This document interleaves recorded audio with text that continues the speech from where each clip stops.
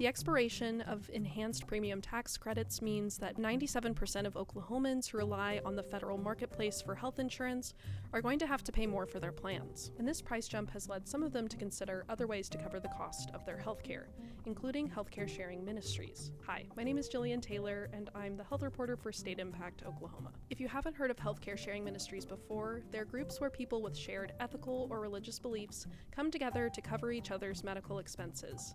They are not insurance, but like traditional health insurance, members are required to pay monthly fees that are pooled together to cover each other's medical expenses. As nonprofits, they are subject to some regulation, but that doesn't include the state insurance commissioner. A disadvantage of sharing ministries is that these groups can choose not to share patients' bills. But for some patients, the benefits outweigh the risks. I recently spoke with one of these individuals. Brian Black lives in Midwest City and runs his own business as a human resources consultant. Because he's self-employed, he doesn't have insurance through his job. For 2025, he was enrolled in a marketplace plan that cost about $475 a month. But for 2026, that rate was doubling up to $1,000 a month.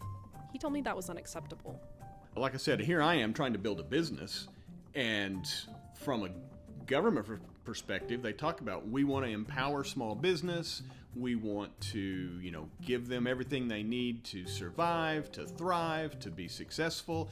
And then you go and just rip the rug right out from under us on healthcare.